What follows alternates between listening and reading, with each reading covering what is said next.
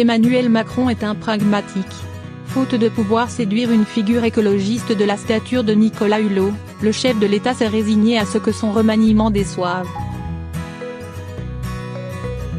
Pas à ce qu'il soit inutile.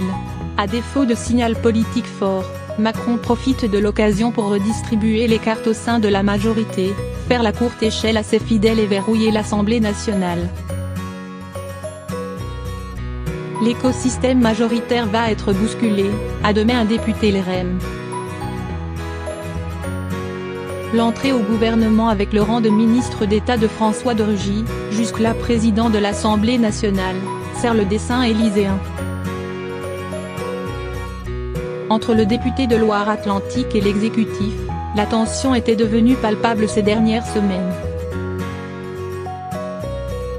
Réceptacle des doléances des élus éreintés par le rythme des textes présentés au Parlement, Rugy avait début juillet demandé au gouvernement plus de réalisme sur l'ordre du jour.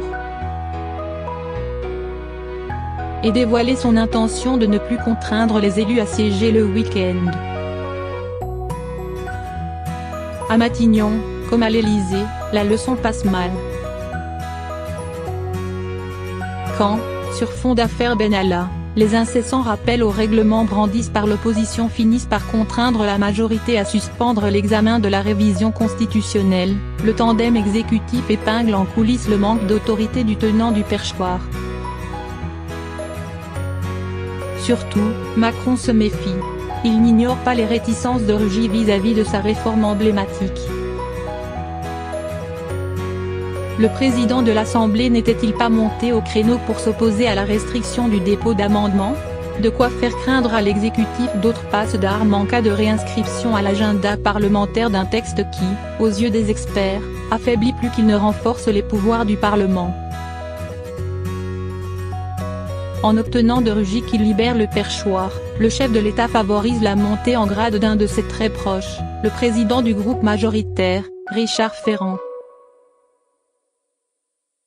Sorti du gouvernement en juin 2017 sur fond d'affaires immobilières et dans l'impossibilité alors de candidater à la présidence de l'Assemblée, l'élu du Finistère avait abandonné le perchoir à Rugy en échange de la promesse formulée devant l'ensemble des députés LREM d'une remise à plat des postes à mi-mandat.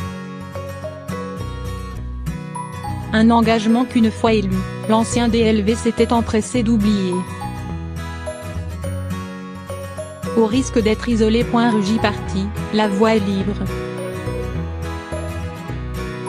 Mardi, devant le bureau du groupe, le fidèle de Macron, également rapporteur de la révision constitutionnelle, a fait officiellement acte de candidature au perchoir. Sous les applaudissements de la vingtaine d'huiles macroniennes présentes. Lesquels veulent croire que les ennuis judiciaires de Ferrand, blanchis par la justice en octobre 2017, appartiennent au passé. Et ce quand bien même la deuxième plainte déposée par l'association Anticorps au printemps reste à instruire. Durant la séquence de juillet, Richard a organisé la bataille et démontré son leadership, affirme le député d'Ille-et-Vilaine Florian Bachelier, membre de sa garde rapprochée. Au sein de la majorité, pourtant, d'autres candidats au perchoir se sont fait connaître, à l'instar de la présidente commission des lois, Yaël Braun-Pivet, et de la vice-présidente de l'Assemblée, Sandra Motin.